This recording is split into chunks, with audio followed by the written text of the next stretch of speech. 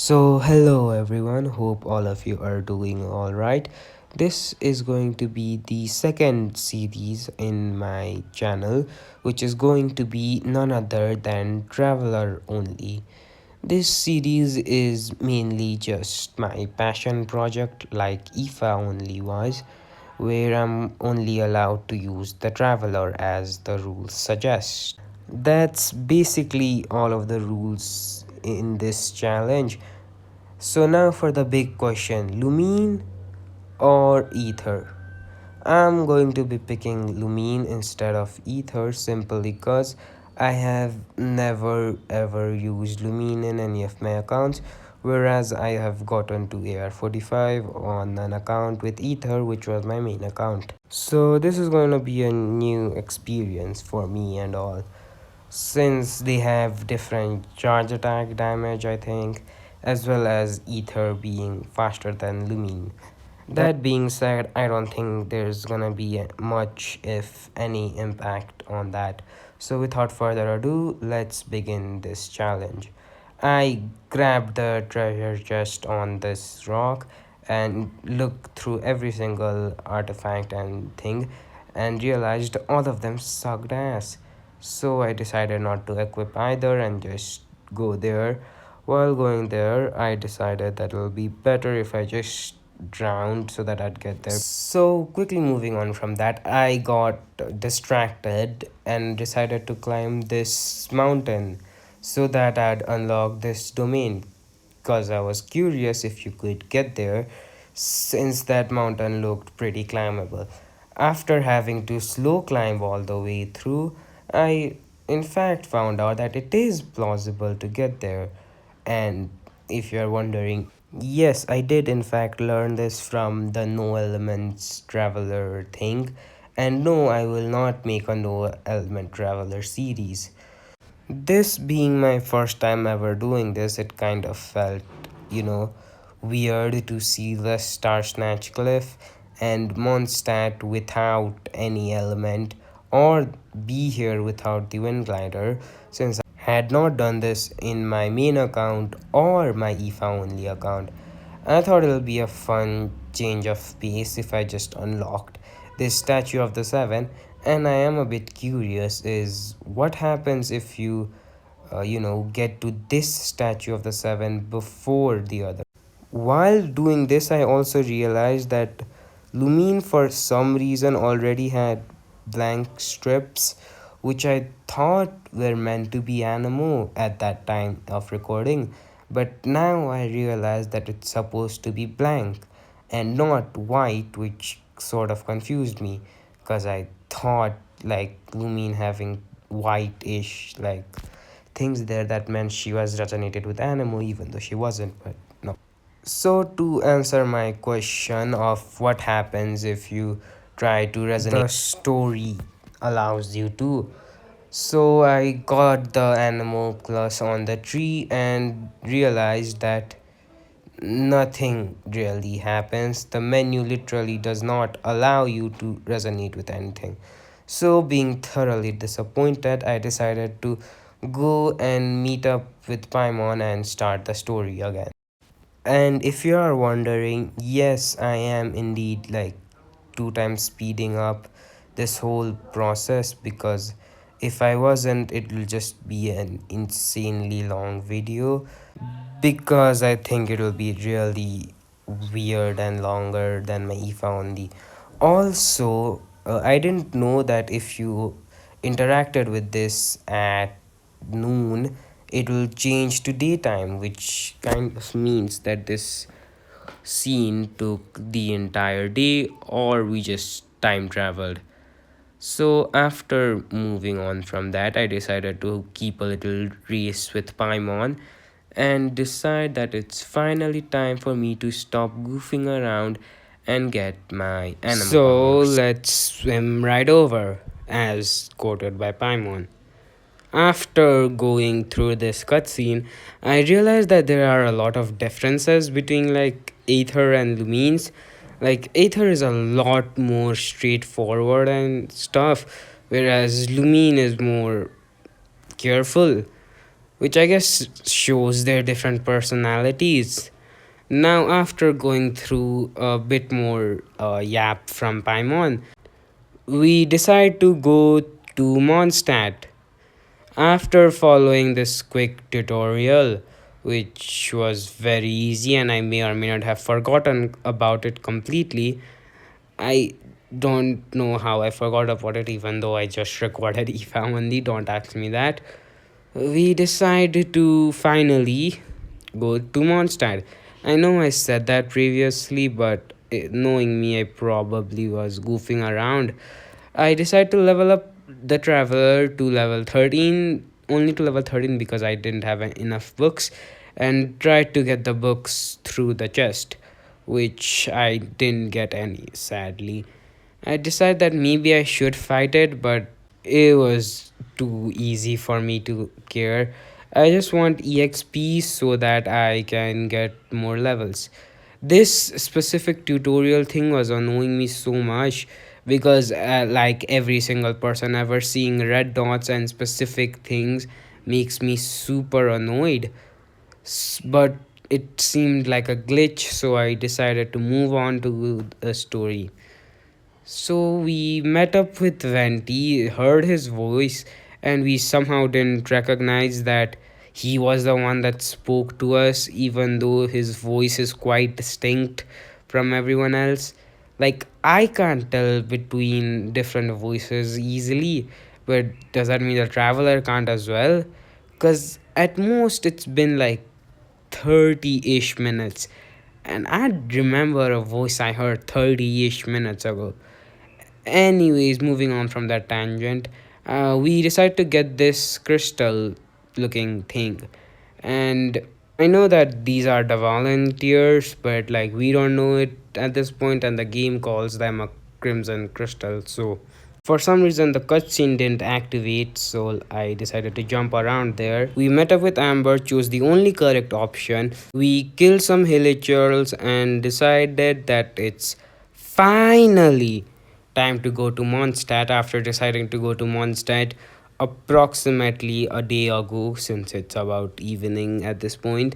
Anyways, we get the chest, and I may or may not have forgotten to take Amber out of my party, but there are no major fights in Mondstadt Act 1 like right now that allow you to change the party.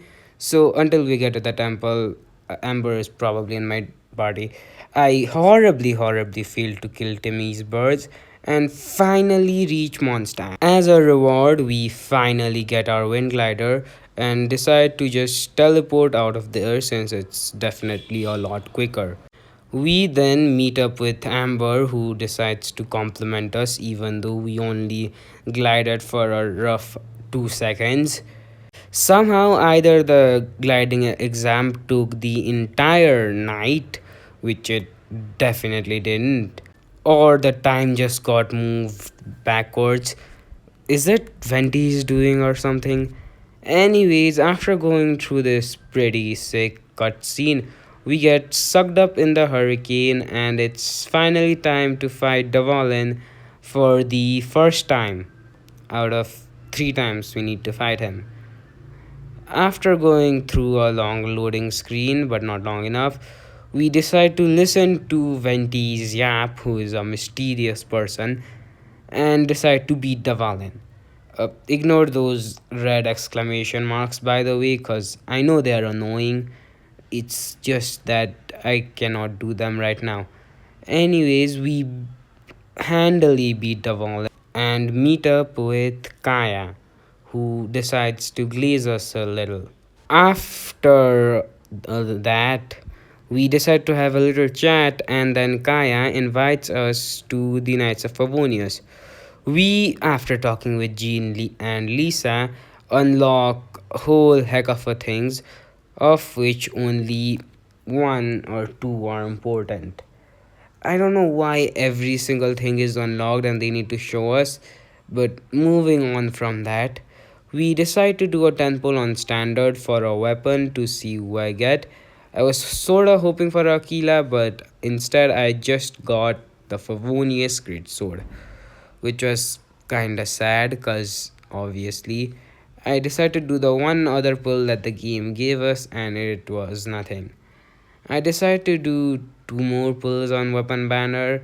I am mainly pulling on weapon banner because I want a sword that can be obtained, and it's always good to build pity on weapon banner. I didn't collect the achievement because I kind of want to hold out and see until how much I can get. In Amber's temple, we easily beat up a few hillagers, and I didn't need to do the skip this time because the traveler is Anemo and can easily swirl the pyro from the campfire or torch thing. Anyway, we break the egg looking thing. While moving to Lisa's temple, I get a bit distracted and decide to collect every single chest as well as light up this monument with the pyro ability. I wanted to light all three of them, but I couldn't since there were not enough, elements to get hit by and activate it. So we worship the Anemo statue, which, considering that Venti becomes our friend, is a bit strange. Because do your friends worship you? After a sudden distraction, we complete Lisa's temple very easily with the help of the invisible platform that's there. We destroyed the second egg, claimed our reward, and left. Now is the time for the last and definitely not the least, Kaya's temple. While there, I decide to fight this Cryo Abyss mage right now because I need to do that for an adventurer handbook mission anyways, so it's easier to get things done. Plus, I thought I could maybe like swirl pyro because of the hilichurls, but instead they were mainly a hindrance with the Cryo Abyss mage triggering melt on me with them. But nothing much happened. I decided to just fight it normally, and this fight wasn't annoyingly long, but it was long, which sort of meant that I kept on taking damage. I decided to just use my ult because I was kind of getting angry. Also, Animo Traveler ult is so useless, dude. Especially like for Animo appliance. So moving on from that, I barely don't have to fight this Abyss Mage. And for some reason I got the achievement 2 seconds after that. It's not really much of anything, but I was thinking, why didn't I get the achievement the whole time? So, through enough distraction, we finally reach Kaya's temple. I cleared the skip pretty easily in the temple and destroyed the third and final egg. Completed Act 1 of Mondstat. Now, time for the AR grind. While in this grind, I'll talk about the pros and cons of using the trap. The pros are being able to apply any element to the enemy is super helpful. It does lead to me getting damaged quite a bit, as you may see here, but overall, it's a really helpful mechanic that allows us to hit Mitachols through their shields, especially when we have pyro. The abilities themselves don't do much damage, but the versatility is what matters.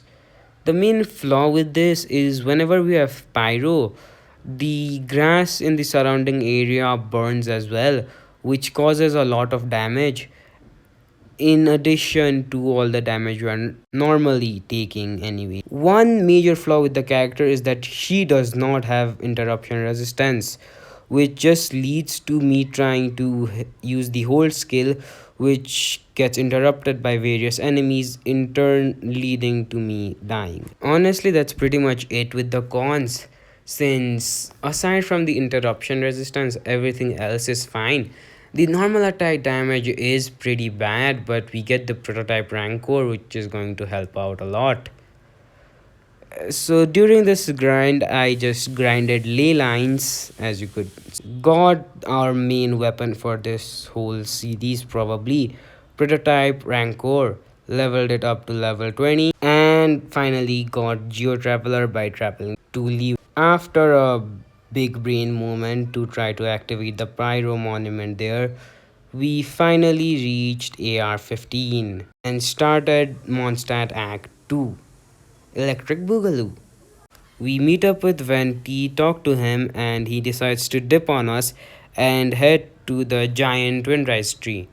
There we fight with the Eye of the Storm, which I decided to cheese like the one I did in IFA only, because this is another Anemo character and Eye of the Storm is immune to Anemo. It just wouldn't decide to comply, so I decided to fight it in the ground. So, did the Hydro Swirl skill do anything? No, because this annoying thing will keep on flying around, not letting me hit it at all, and is just completely annoying, especially since it doesn't even drop anything. Like, they could have at least made it drop something, but it's literally completely useless, bro. Like, the only reason that it's even there is for this quest, and there's only an animal like elemental being, quote unquote. Like, why isn't there like a hydro one or a pyro one? That make it so much more cooler. Anyways, my tangent aside, we meet up with Venti, absolutely fumble the liar, and then meet up with D-Luke at the Angel ship. We explain our situation to D-Luke and explain to him how Venti got his name, as he drinks a venti of alcohol every time he has to do anything and everything. Even after being bribed, he snitches on us to our boss. Another tangent about the whole story. If Jean so willingly agreed to us, why didn't we just go to her in the first place and she would have just given us the holy lyre? Anyway, we decide to steal the holy lyre back from the Fatuhi and fight Natasha's old cousin Zamenhof. And by we, I obviously mean me and me alone, because this is Traveler only and not Mondstadt characters only. After that, we meet up back again and decide it's time to take all of the volunteers. We defeat the Ruin Guard pretty easily and collect the tier. Defeat the Pyro Abyss Mage really easily to collect the second tier. I did try to drown the Pyro Abyss Mage, but it just wouldn't go there. So, anyways, after that, we glided upwards and collected the second tier. Don't ask me why I did this before the one in the forest. I could not tell you. Speaking of which, we finally went and collected the third and final tier. And again, by we, I mean me and me alone, since I'm the only one who does anything in our group, and all three of them just sit there doing nothing. Even during the fight, like, come on, man. That aside, we do another forgettable mini game in Mondstadt. For some reason, they really liked forgettable things in Monster that never ever got the chance to see the light of day ever again. Like, I'd love to go through like the Volan mini game, or like the repairing thing again, or even like the abyss purifying thing in Inazuma again. Anyways, we met up with Tavalin, and Venti, deciding to talk to him, also made him fumble the lyre because of the Abyss Mage. Might I say, I hate Abyss Mages now, but once I'll do another challenge, I'll hate Cryo Abyss Mages even more. Moving on from that, we get to see this cutscene of Aether as the Abyss Prince. And might I just say, he looks like 50 times less cooler than Lumine. Like, I have played through as Lumine like twice, and I still don't really like Aether as the Abyss Prince. Anyways, we completed the Act 2, but I still had some EXP left, so I decided to talk to Lynn and get that quest done. After unlocking my C1, of course. After a bit of leeway exploration, I decide to talk to Catherine and complete the quest that the other Catherine gave me. And in completing that, I finally reach AR18 and started the Act 3 of Monster. I quickly teleported to in front of the Storm Terror's lair and defeated the Hydra Abyss Mage with ease. Even a plain Anemo Swirl does a lot of damage, and in combination with the first Ascension passive also giving Anemo damage, it was pretty easy. This fight here was pretty annoying, not cause it's hard or anything, because I wanted to get hit by that Pyro slime so that I could be afflicted with Pyro and deal with the shield easily, but this guy's aim was trash, so it took me a lot of attempts to get that done. Anyways, even though it took a lot of attempt, it doesn't mean it was difficult at all. I just lost a bunch of HP while trying to do that. My skill issues aside, I collected the 3 prisms and activated all 3 light actuators. If you were wondering about the third one and the Pyro Abyss Mage with the time trial there, you shouldn't really worry about it. The Traveler doesn't do a lot of damage, but she has consistent anima application which helps in breaking through the shield. Now it's time for the Valin.